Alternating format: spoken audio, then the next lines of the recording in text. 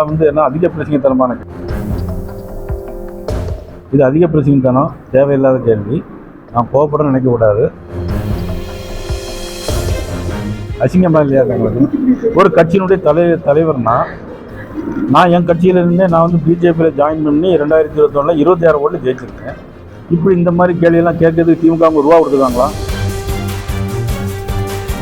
அரசியல் களத்தில் வந்து திமுக தலைமையை கடுமையாக விமர்சனம் பண்ணுறீங்க.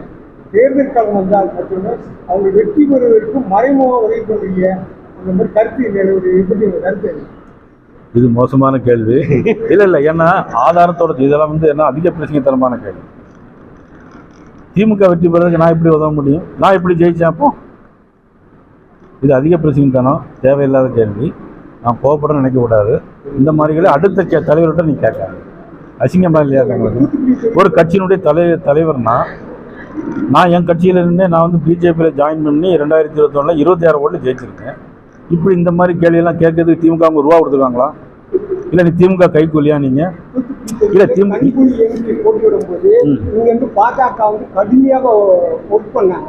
பாஜக தான் கிடைக்கும் நீங்க திமுக எவ்வளோ ரூபா வாங்கிட்டு செயல்படுறீங்க? எந்த பிரச்சனைங்க? இல்லை உங்க பேர் என்னது? இல்லை நீ கண்டிப்பா நீங்க திமுக ரூபா வாங்குறீங்க. லைவ்ல போயிட்டு இருக்கா இல்லையா? திமுக இல்ல நீங்க கண்டிப்பா திமுகவுடைய கைக்கூலி, அதுல சந்தேகம் இல்லை. ஒரு கருங்காலி, நீங்க சந்தேகம் கருங்காலி